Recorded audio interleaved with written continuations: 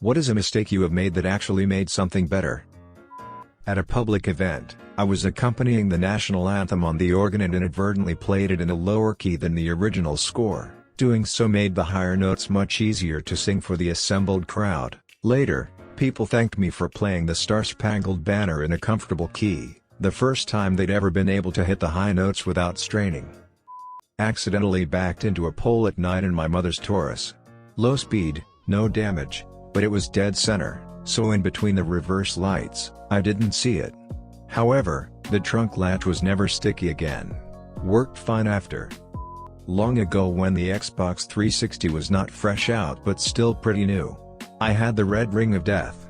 Young me hearing of the many deaths the ring has taken, but I didn't want to accept its death. So I unscrewed it. Mind you, I was and still don't know how to fix a console or any electronic. I found the disc tray and fiddled around there, same with the startup button. I accepted my loss.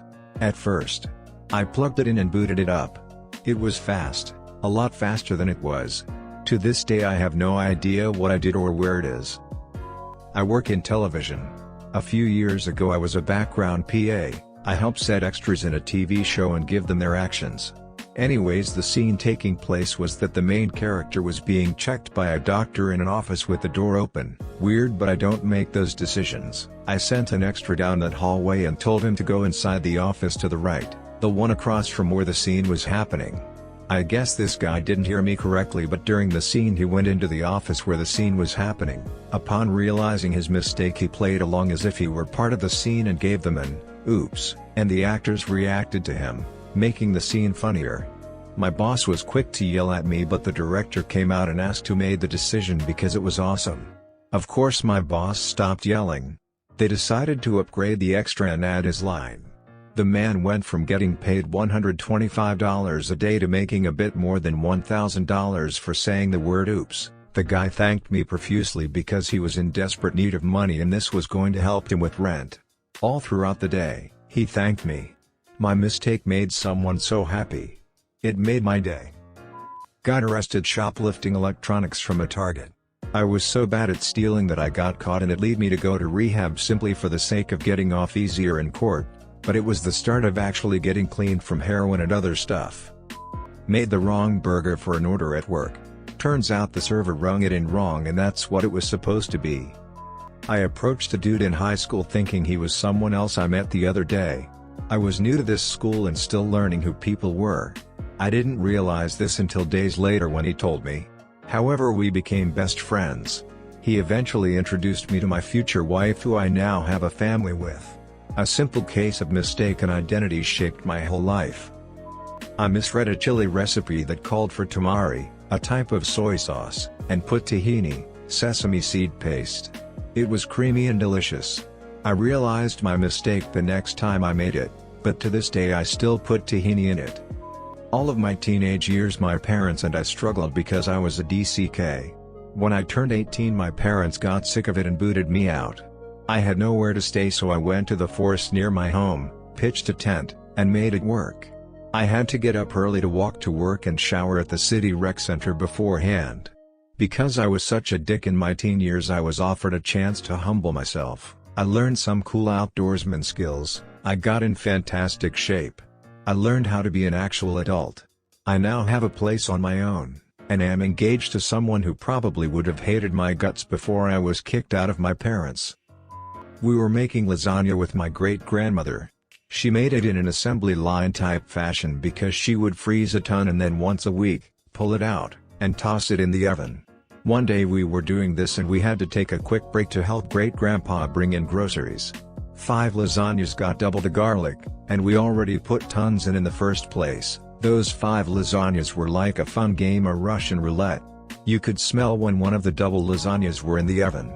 Great-grandma doubled the garlic forever after that. I ashed a cigarette in a glass that had a drink in it, don't ask me why. I accidentally picked it up and took the biggest swig of what I thought was my scotch. I projectile vomited, and never touched another cigarette. A friend was quitting her job at a company, let's say it was called A Good Way. I saw a poster advertising jobs at my work at a university for a company called A Good Hope. My dumb brain thought it was the same company and sent a picture of the ad to my spouse with a joke they're already so desperate to replace her. Spouse looked at the ad and realized it was a job he could do and he had been job hunting, so he applied and got it. My younger brothers and I used to play Just Dance on Wii, and one of them accidentally threw the remote at the TV screen, so it became all glitchy and on spot, but there were no cracks. We kept playing Alt F. It was slightly glitchy, and then I also accidentally threw the remote at the TV screen, which fixed the glitched spot. I got into a drunken street fight a long time ago and ended up getting arrested. I beat one guy up and then pulled a knife on another guy he was with when he tried to intervene. I actually didn't think it was a big deal after the fight ended, as I felt that I had won and just proceeded to walk home. Next thing you know, 10 cop cars surrounded me and I was in handcuffs sitting in the back of a police car. It was 100% my fault. I went to a lawyer who said he would help me with a criminal case that came with what I had done, but I had to go to AA. I told him that I didn't remember much from the previous evening, and he explained that I had experienced an alcoholic blackout and that I was so inebriated that I stopped recording memories and couldn't control my behavior. He said that I was an alcoholic and that he sees it all the time in clients that come to him for help after drinking and doing something stupid. If this hadn't happened, I probably would have still been drinking every single day and continuing down the path of ruining my life. I ended up going to 50+ AA meetings, which gave me a chance to reevaluate my life, and have been sober ever since. My wife and I moved to a new city.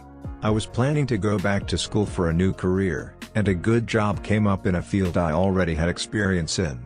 I passed up the job to go to school. I worked 6 months in that new field and it fizzled.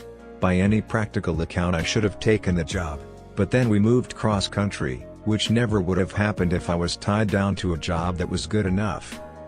I left my meatloaf in the oven a bit too long and it caramelized the glaze and ended up being even more delicious. I got demoted at a job I liked for something that was my fault but not actually a big deal.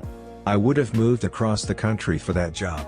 I didn't go back the next year, but found a better, more fun job, met some incredible people who I am still friends with, even best friends with some. Discovered a newfound love for canoeing and backcountry camping, have traveled with and to see those friends, gotten other jobs because of them. An absolute turning point in my life was not going back to that original job. I married a psychopath of a woman. By the time I realized how bad things were, she was pregnant with our second kid and our first was still a baby. They are the best kids I could have possibly hoped for. The ex goes on genuinely trying to make my life a living hell, and I don't give a FCK because I'm the luckiest dad in the world. Hoping to get even more access to them during the coming months. When my wife and I first got married, she still had her first car. I hated riding in that thing. It was shaking itself apart, drank oil, smelled bad, and there was virtually no redeeming quality. The interior was shredded from the previous owner and the seat springs would poke you in the eyes. It hit a point where it was becoming unsafe to drive and the repairs would have cost far too much to justify. I told her I wanted to buy her a new car, but she had an emotional attachment to that car of hers. I was doing some routing maintenance on it and asked her about the oil. Turns out she had never changed the oil, like, ever. She was putting in a quart a week and figured since it was always topped off with clean oil, that was fine. Logic sort of makes sense, but that oil filter was probably long overdue and who knows where the sludge is going. I pulled it, it felt like a solid bar of steel, replaced the filter, put in new oil, tried to start the car. It cranked up, stumbled, made some awful noises, smoked, and then developed a bad case of rod knock. Oh freaking great. I figured I'd tempt fate and finally kill this damn thing. I drained some oil and put a solid quart of that oil stabilizer crap that is like molasses, hoping it would clog some of the oil ports. I cranked it up, it stumbled again, could barely stay above 250 revolutions per minute before dying.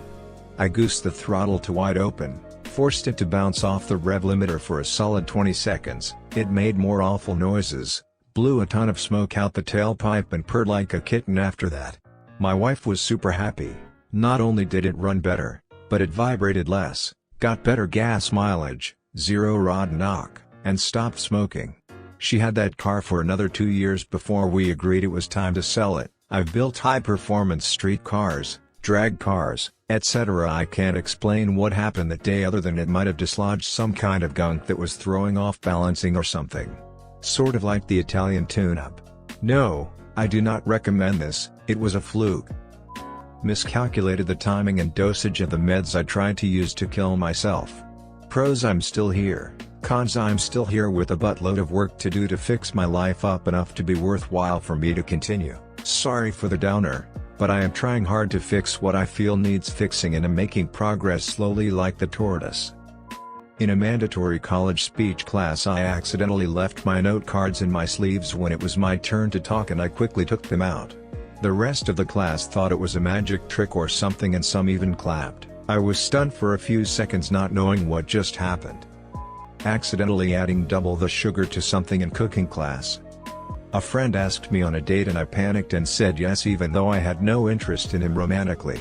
I spent the next day freaking out about going on the date and feeling like it was a mistake, that I didn't want to lead him on or ruin our friendship.